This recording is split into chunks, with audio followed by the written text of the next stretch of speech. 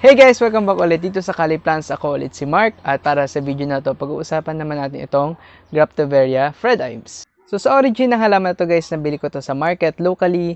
Rooted ito nung dumating sa akin kaya mas mabilis ko siya na na-establish kasi common naman na to na halaman dito sa Pilipinas. Kaya siguro kayo madali rin kayo makakabili na ganitong halaman sa market kung saan malapit kayo. Or pwede rin kayo na makapag-trade ng halaman na ito doon sa mga collectors na kasi alam ko yung mga matatagal nag-alaga ng succulents, madalas meron silang laging Fred Ives sa garden nila.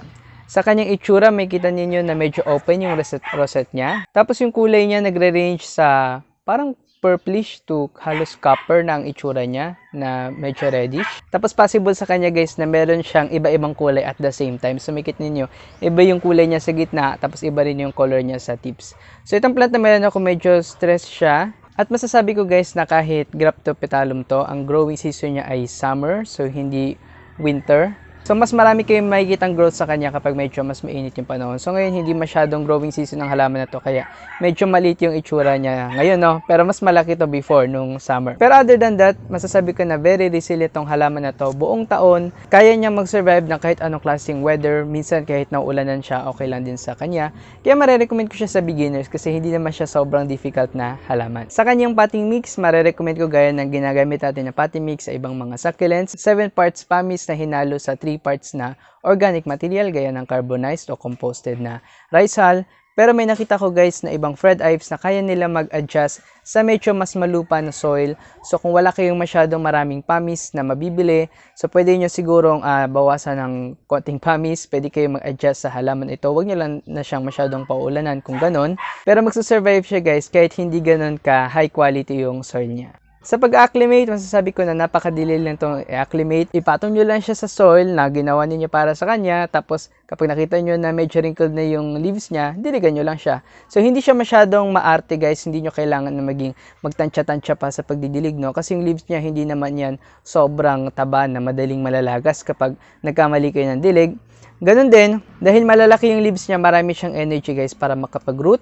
At dahil din siya ay isang hybrid ng Graptopetalum, mas mabilis siya na mag-root compared sa ibang mga Echeveria. So, mabilis nyo siyang makikita na makapag-establish sa inyong lugar. Ako, meron akong pinugot nito. So, ito. So, ito yung bagong pugot ko na Fred Ives na nagkarat. Okay. So, nagkarat kasi ito recently. Pero ngayon, makikita ninyo na, ayan o, rooted na siya. So, siguro mga ilang araw na to. Okay. So, mga ilang araw pa lang to. Ayan. Pero ayan na yung roots niya. Okay. So, talagang inangat ko para sa inyo guys. No? So, ilubog lang natin siya ulit. So, magro-root lang siya ng kusa niya talaga. Kahit pabayaan nyo lang siya, wala kayong masyadong arte na gagawin sa kanya. At medyo flexible din sila guys sa pagdidilig. So, hindi nyo kailangan maging sobrang arte sa pagdidilig sa kanila. Pero ganun din, sa sun exposure, maganda sa kanila na full sun. So, ang mangyayari guys, kapag hindi sila full sun, ay yung leaves nila, medyo masahaba pa sa usual. So, mahaba na nga yung leaves nila, ganyan, no? Pero masahaba pa yan guys kapag kulang sila sa araw. So, nag-reach sila sa sunlight. Tapos, mabilis din sila mag-etiolate. So, mabilis silang tatangkad. At makita ninyo yung stem ng halaman ninyo pag kulang sa araw. Medyo mas weak. So, hindi siya, walang masyadong corking na ginagawa yung stem. Parang medyo mas malayong agwat ng leaves. So, doon yung malalaman na kulang na sa araw yung inyong Fred Ives. Pero mas nakaka-survive guys yung mga halaman ito kahit sa medyo mas low light na condition. Yun nga lang, mag-etiolate sila pag diniligan ninyo, no? So, maganda bigyan nyo sila ng full sun. Maganda, kaya nila full day na araw. So, hindi sila masyadong maarte, hindi sila prone sa sunburn. Meron silang konting farina dyan sa taas. Very adaptable sila sa iba't ibang condition guys. Kaya, marirecommend ko talaga tong Fred Ives, no?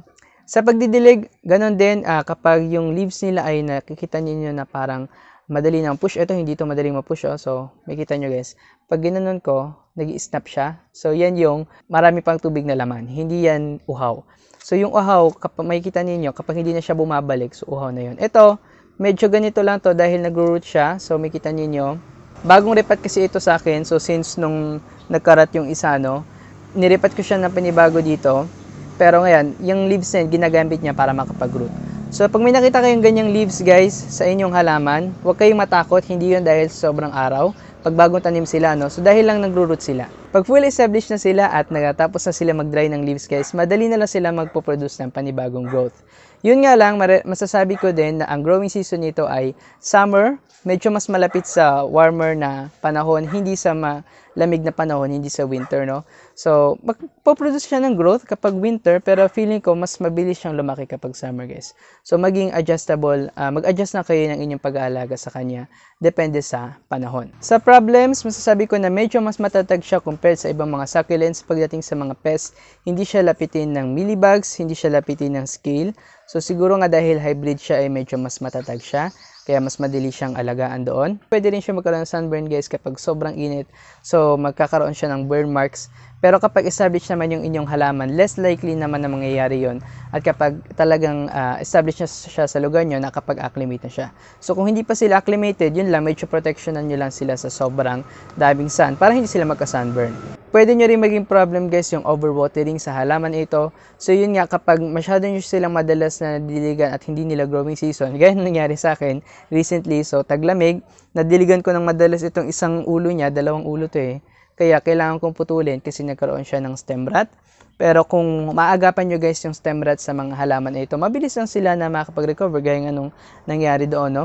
So, hihintayin nyo lang din sila ulit na makapag-ugat at mag-grows na sila ng panibago. Ngayon naman sa propagation, mabilis itong i-propagate, guys, via leaf. Nakikita nyo dyan sa baba. So, ito ay isang leaf propagation ng halaman ito. So, kahit ganitong size, kahit hindi siya sobrang laking leaf, magpo-propagate na siya, guys. So, yun yung maganda sa halaman ito. Mabilis nyo siya na mapaparami. Pwede nyo rin siya i-propagate via beheading. Kung pupugutan ninyo, mag-branch out siya sa ilalim. Ako so far, hindi ko pa siya nakita nagkaroon ng pop sa gilid kapag hindi siya bine-behead. So, siguro kailangan nyo talaga siyang i-behead kung gusto nyo rin makita ng mga pops na tumutubo dyan sa gilid. Ngayon, guys, ang mga Graptoveria, gaya i-feature natin sa mga susunod na araw ng linggong ito, ay medyo diverse sila na family o medyo diverse sila na genus ng mga halaman, ng mga succulents. May mga Graptoveria na madali lang talagang alagaan at may mga Graptoveria din na medyo mahirap alagaan, na medyo mahirap palakihin. So sa susunod na mga araw ng care guide natin, guys, may kita ninyo kung ano yung difference ng bawat halaman. Pero maganda din ay consider ninyo kapag bibili kayo ng Graptoveria ay kung ano ba yung parentage ng halaman na yun. So ito nga ang ating Graptoveria Fred Ives. Ang isang parent niya na Echeveria ay Gibiflora. So yung gaya ng blue curls na meron tayo na matatag, yun yung isang parent niya kaya lumalaki itong halaman na ito. At mas matatag siya compared sa ibang mga Graptoveria hybrids at malalaki din yung roots niya. Yung Gibiflora hybrids kasi, guys, mas malalaki yung roots nun compared sa mas malilit na mga Echeveria. Pero hindi natin masasabi, guys, sa lahat ng Graptoveria hybrids. So maging stay tuned lang kayo dito sa channel, mag-subscribe kayo para makita nyo yung iba pa nating care guides sa ibang mga Graptoveria species. At sana i-like nyo itong video nito kung gusto nyo nitong halaman na ito, no, kung meron kayong Fred Ives.